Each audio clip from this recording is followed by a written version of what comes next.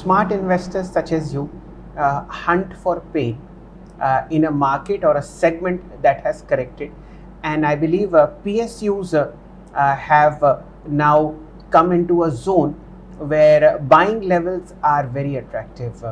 After maybe a 20, 25, 30, in some cases a 35% correction in prices across the board, maybe one or two PSUs that catch your fancy. They may not have come down to juicy levels, which obviously long term investors like you prefer, but a couple of names which our viewers and investors can keep an eye on and maybe start a sip and buy lower as well. देखिए, ये period तो काफ़ी auspicious चल रहा है और यहाँ पे जैसा आपने बताया कि PSUs have corrected quite a lot. So, but again, even after this correction, that the extent of correction is not to that extent where it becomes a compelling buy. It's a comforting, emotionally or sentimentally, it's a comforting zone where you could think of initiating a buy.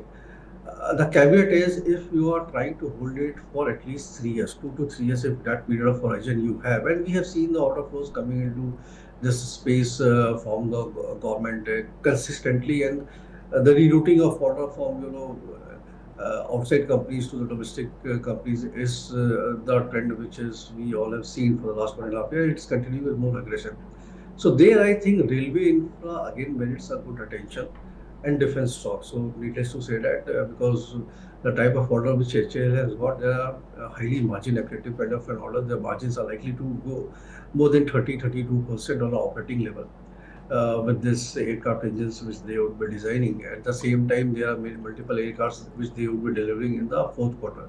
So HAL from the defense space along with BEL and DCX is one company which we have initiating companies on.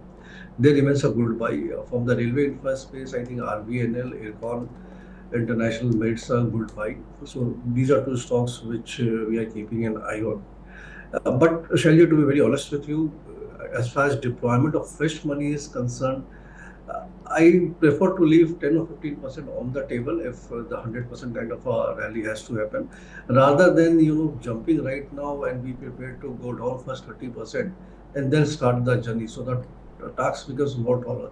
So ideally, significant or sizable investments will happen only after Diwali. Till that time, I would like to see this trading market play out.